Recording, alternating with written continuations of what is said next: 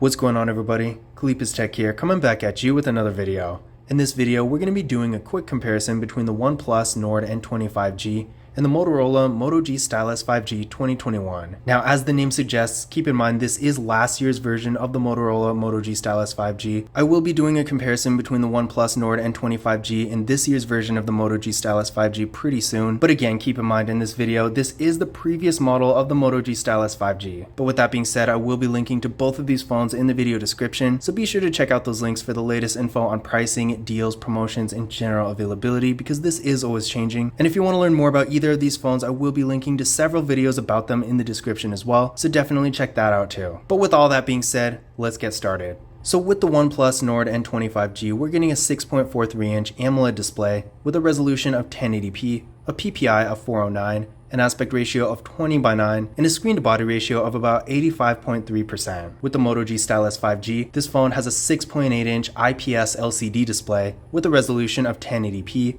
a PPI of 386, an aspect ratio of 20:9, and an 84.8% screen-to-body ratio. So in general, both of these phones have really good displays, but they do have slightly different strengths. On one hand, with the OnePlus Nord N20 5G, this display is much better quality. With an AMOLED display, you're going to get much better looking colors, better brightness, and better viewing angles as well. So if you're outside in the sun, for example, things are going to be a lot easier to see with the OnePlus Nord N20 5G than they will be with the Moto G Stylus 5G. But on the other hand, obviously the Moto G Stylus 5G does have a much larger display, so it really comes down to your priorities. If you'd rather have a better quality display, then you're probably going to be better off with the OnePlus Nord N20 5G, but if you'd rather have a larger display where things are just bigger and easier to see, then the Moto G Stylus 5G might be a better choice. Now for storage, both of these phones are getting 128GB of internal storage with microSD card expansion, so definitely a good amount of storage here, no matter what you're doing on your phone. Unless you have something like 100GB of apps, you're probably going to have enough space for pretty much anything. And then again, keep in mind if you do have a lot of photos and videos, you can always offload that stuff onto a microSD card. Now with the Moto G Stylus 5G, I do think this phone does have a 256GB variant, but this specific phone in my hand that I did get from Cricket does have 128, and pretty much any version of this phone that you get from a carrier is going to have pretty much the same thing, so definitely keep this in mind. But that being said, if you really do want more storage, you can get the factory unlocked version of this phone that does have 256 instead. Now neither of these phones have wireless charging, but they do have fingerprint scanners. With the OnePlus Nord N20 5G, it's right here in the display.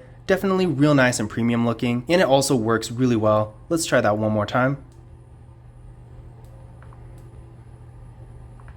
And there we go. So as you can see, not only does it look good, but it also works really well. With the Moto G Stylus 5G, we got the fingerprint scanner right here on the back, and it also does work really well. So let's give it a try. There we go, one more time.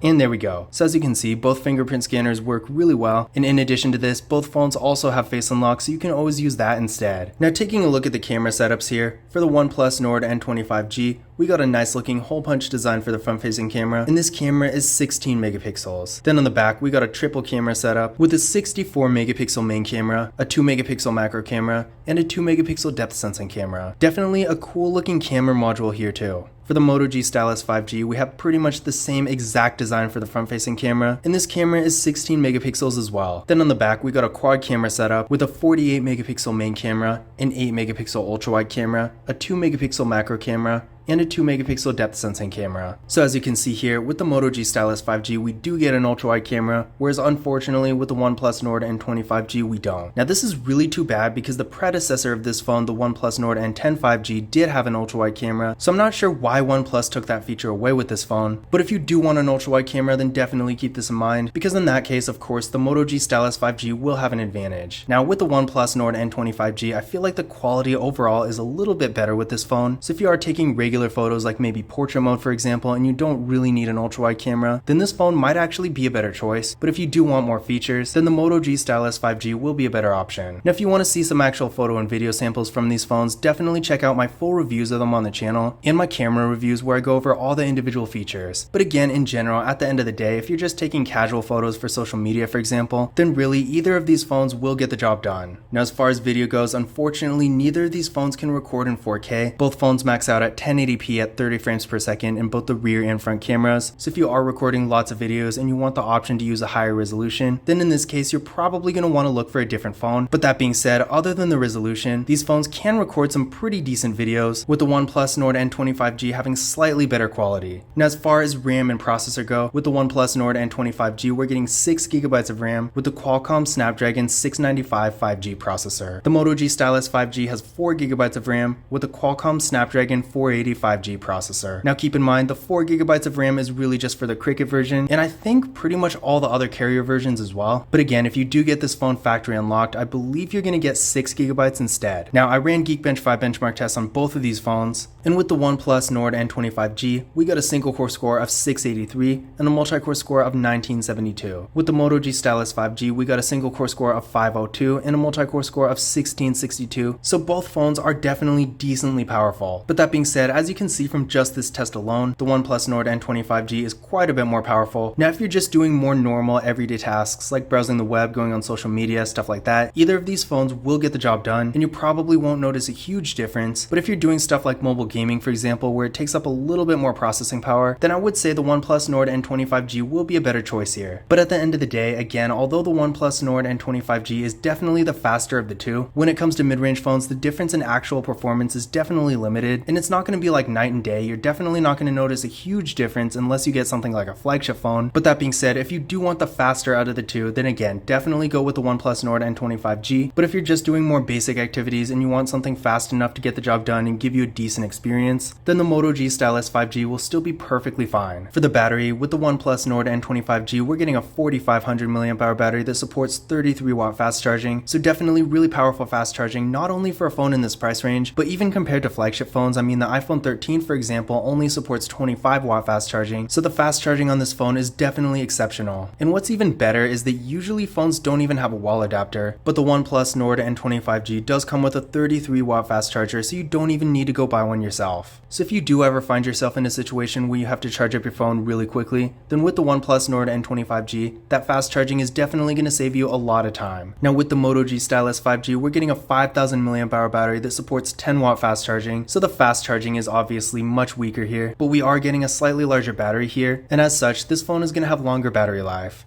So it really comes down to what's more important to you. If you'd rather have better battery life, then the Moto G Stylus 5G will have an advantage, but keep in mind a 4500 mAh battery is not small by any means, and this phone still is going to have really good battery life as well, so you're not really missing out too badly there. And honestly, at the end of the day, I feel like the difference between 33W and 10W fast charging is a lot bigger than the difference between a 4500 and a 5000 mAh battery. But overall, despite having a few differences, I do think both of these phones have great batteries. Another thing to keep in mind is that with the OnePlus Nord N20, this phone does have NFC, and the Moto G Stylus 5G doesn't for whatever reason. So if you do like to make mobile contactless payments using tap and pay, then the OnePlus Nord N20 will have an advantage. But in conclusion, which of these phones is better? In general, these phones do have strengths in different areas, and I feel like they're really well balanced. I personally would choose the OnePlus Nord N20 just because it looks so much nicer, the display is much better quality, it does take better quality photos, and I don't really use the ultra-wide camera that much. It also has a noticeably faster processor, and it has NFC, which is a feature I personally use all the time. But on the other hand, the Moto G Stylus 5G does have a larger battery, it has a much larger display, and it has an ultra-wide camera, which the OnePlus Nord N20 unfortunately doesn't. In addition to this, the Moto G Stylus of course does have a stylus, and despite it not being the best stylus in the world, it does work pretty well. So of course, if you want a stylus, the Moto G Stylus 5G is going to be the obvious choice here. So while I personally like the advantages of the OnePlus Nord N20 better, there is still a pretty valid case for the Moto G Stylus 5G.